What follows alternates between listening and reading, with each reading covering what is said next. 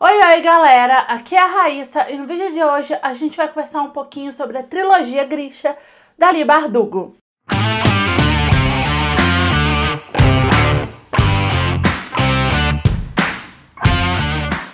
A trilogia Grisha é composta pelos livros Sombra e Ossos, Sol e Tormenta e Ruína e Ascensão. Essas minhas edições aqui são da editora Gutenberg, mas a trilogia Grisha está sendo republicada aqui no Brasil pela editora Planeta Minotauro. As duas edições das duas editoras têm tradução do Eric Novello. A série da Netflix, baseada no universo Grisha da Leigh Bardugo, que vai se chamar Sombra e Ossos também, estreia agora em abril. E assim que eu assisti o primeiro trailer, me deu um negócio, gente. E aí, eu decidi, assim, literalmente do nada, porque não estava nos meus planos, reler a trilogia Grisha e aí aproveitar também e trazer uma resenha mais atualizada para vocês, assim vocês podem aí aguardar a série e quem não leu, de repente, dá super tempo de ler a série até lá.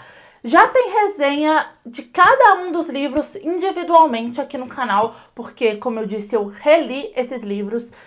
São resenhas do começo do canal, tá? Então, tentem entender um pouco isso. Todas elas vão estar aparecendo nos cards ao longo desse vídeo. Mas eu decidi, então, atualizar, trazer essa resenha nova, mas eu não vou retirar essas resenhas individuais aqui do canal, tá? Vocês podem ficar tranquilos. Essa resenha vai funcionar da seguinte forma. Eu vou começar explicando dois conceitos iniciais que vocês precisam saber antes de entrar nesse mundo e que são conceitos que o autor explica logo no início da história também. Podem ficar tranquilos que eu não vou dar nenhuma informação primordial, eu não vou dar spoiler. Aí eu vou passar a falar de cada um dos livros na ordem, sem spoilers. E aí depois eu vou fazer comentários gerais sobre a trilogia, também sem spoilers. E eu vou deixar o tempo certinho, onde eu começo e termino a falar de cada coisa na descrição do vídeo. Assim, por exemplo, se você leu só Sombra e Ossos e não leu os outros livros, você já pode pular pro final e assistir a parte sem spoilers, ver o que eu achei da história. O primeiro conceito que eu preciso explicar pra vocês é o que, afinal de contas, são os Grishas. Eles são os mestres da pequena ciência. O que isso quer dizer? São pessoas que têm poderes, mas não são poderes mágicos, como a gente vê, por exemplo, em Harry Potter.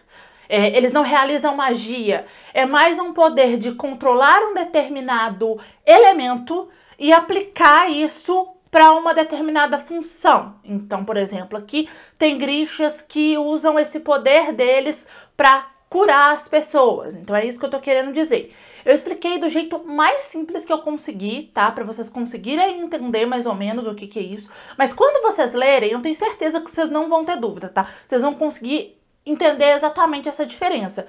Mas é só para deixar claro que por mais que esse seja um universo fantástico e que tenha elementos, vamos chamar de mágicos aqui, o poder Grisha não é um poder mágico. Ele é mais, como o próprio nome já diz, uma ciência. Eles também são chamados de Segundo Exército e se dividem nas seguintes ordens. Corporalque, a Ordem dos Vivos e dos Mortos, que é composta por sangradores e curandeiros. Eterialque, a Ordem dos Conjuradores, que é composta por aeros, infernais e hidros.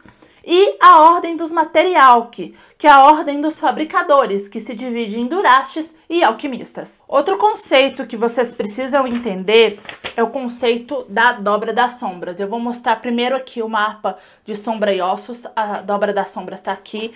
Agora eu vou mostrar o de Sol e Tormenta, porque ele mostra um pouco mais geral, ó. Então, o que é a Dobra das Sombras? É uma fenda coberta de sombras e habitada por monstros que divide Ravnica ao meio.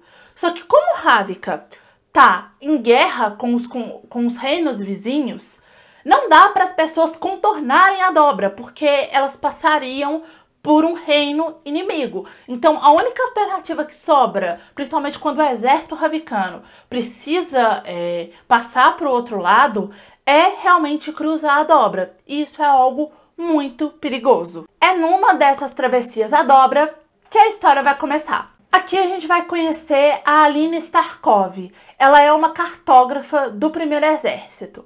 A Alina, gente, é aquele tipo de personagem que, infelizmente, principalmente numa determinada época aí, se tornou bastante clichê na literatura. Que é aquele tipo de personagem que ela é invisível, ela passa despercebido pelas pessoas e ela é muito boa nisso.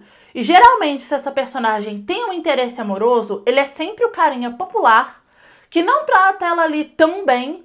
E quando ela fica interessante, esse carinha popular descobre que gosta dela. Eu descrevi exatamente aqui pra vocês a relação da Alina e do Mali. O Mali é o melhor amigo da Alina, por quem ela sempre teve uma quedinha, e ele é um soldado do Primeiro Exército. Então, nessa travessia da Dobra das Sombras, na qual a Alina tá, o Mali também está.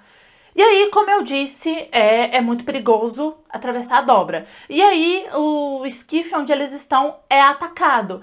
E aí, a Alina vai defender o Mali e acaba liberando um poder que ela não sabia que tinha. É então que ela é levada para o palácio do rei de Ravnica para ser treinada como Grisha. O Darkling é o líder dos Grishas e como o poder da Alina é único, ele acredita que ela seja a chave para finalmente destruir a Dobra das Sombras. No final de Sombra e Ossos, então, a Alina e o Mali fogem e Sol e Tormenta vai começar com eles escondidos ali numa determinada cidade com nomes falsos. Mas é claro que como o Darkling tá atrás deles, eles não vão ter um segundo de paz, né? E o Darkling vai perseguir eles. Mas é então que eles vão receber a ajuda de um misterioso corsário. Mas na medida em que o poder da Alina vai aumentando, ela se divide entre o coração dela e o que ela acha que é dever dela para com Ravnica. Esse elemento de tensão que começa a ser inserido em Sombra e Ossos e vai ali perpetuando na série inteira entre a Alina e o Mali como uma forma mesmo de distanciar os dois, eu confesso que eu não gostei muito, porque o que acontece? Como os dois são um casal que é meio difícil da gente shippar, porque o Mali começa o livro não tratando a Alina muito bem, tipo, no começo de Sombra e Ossos tem uns amigos dele que chamam ela de graveto, ele não faz nada pra defender ela, ele só vai notar ela quando outra pessoa nota, embora ele depois vai dizer que sempre tenha gostado dela. Eu não consegui comprar a relação dos dois ao longo do livro, sabe? Então, e como a autora acaba estendendo um pouco mais esse elemento de tensão, ao invés de tentar construir uma relação um pouco melhor para os dois, né? Melhor dizendo, essa relação é construída junto com esse elemento de tensão, acaba passando um pouco do ponto, sabe? Ficou um pouco demais. Em alguns momentos a gente fica impaciente, porque, de novo, estão os dois lá falando que, oh meu Deus, não podemos ficar juntos. E isso não é o foco principal da história, sabe? Tem outros elementos aqui que são muito mais interessantes. Ruína e Ascensão, como acho que o próprio título dá a entender, já começa um caos total. A capital de Ravnica foi destruída, o segundo exército, que são os Grishas, foi dividido e o Darkling tomou o poder de Ravnica. Para piorar, a Alina saiu completamente arruinada da batalha entre ela e o Darkling no final de Sol e Tormenta, mas ela precisa ir se recuperar, forjar novas alianças para conseguir aumentar ainda mais o poder dela e destruir o Darkling e a Dobra das Sombras. O Darkling é um dos vilões mais interessantes que eu já li. Ele é um personagem muito bem construído, ele começa a série ali com um ar de mistério, mas aos poucos a gente vai conseguindo descobrir as várias camadas que esse personagem tem. Mas aí é que tá, esse livro termina e por mais que a gente tenha entendido quem é esse personagem, a autora ainda assim conseguiu fazer com que o final dele ainda deixasse o personagem com esse ar de mistério, o que é bastante interessante. Na série, ele vai ser interpretado pelo Ben Burns, o que não ajuda em nada a gente a odiar o vilão, porque é bizarro. Essa trilogia a gente gosta mais do vilão do que dos mocinhos. Ele, o Darkling e o Nikolai são os meus dois personagens favoritos da trilogia. A Alina é uma personagem que começa bastante ingênua, ao ponto de ser realmente irritante. A gente vê ela fazendo algumas coisas e passando por algumas situações que ela só passa porque ela é ingênua. Ela acredita muito fácil em pessoas que claramente não é pra ela acreditar, né? Claramente a gente percebe que vai dar ruim, mas ela não percebe.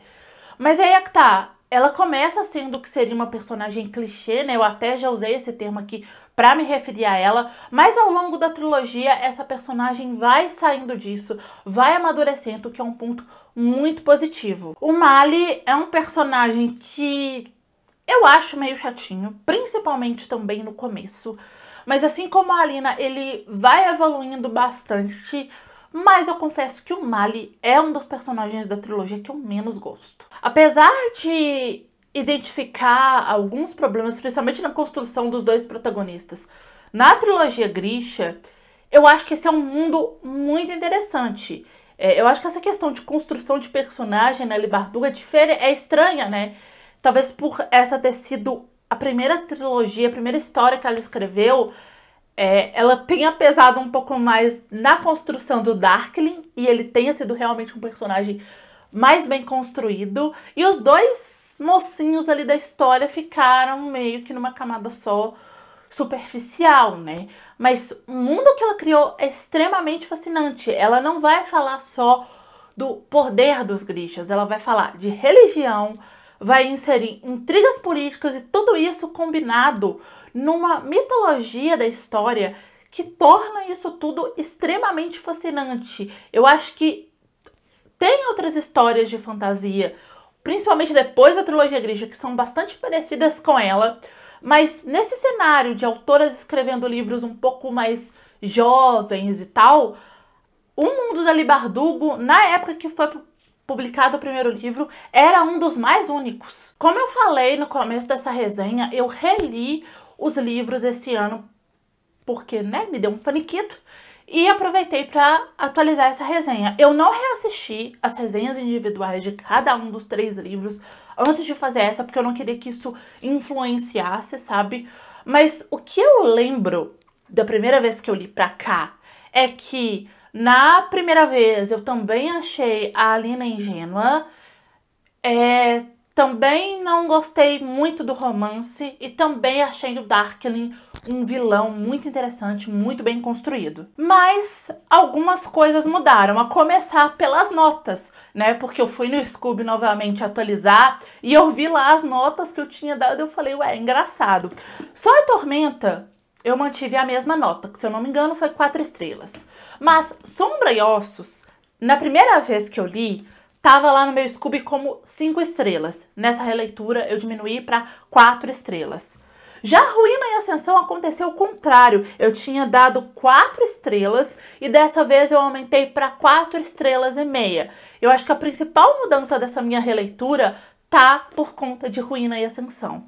Na primeira vez que eu li, eu não gostei do final da trilogia. Eu acho que eu até falo, eu tenho essa memória de falar na resenha que eu não gostei do final da trilogia.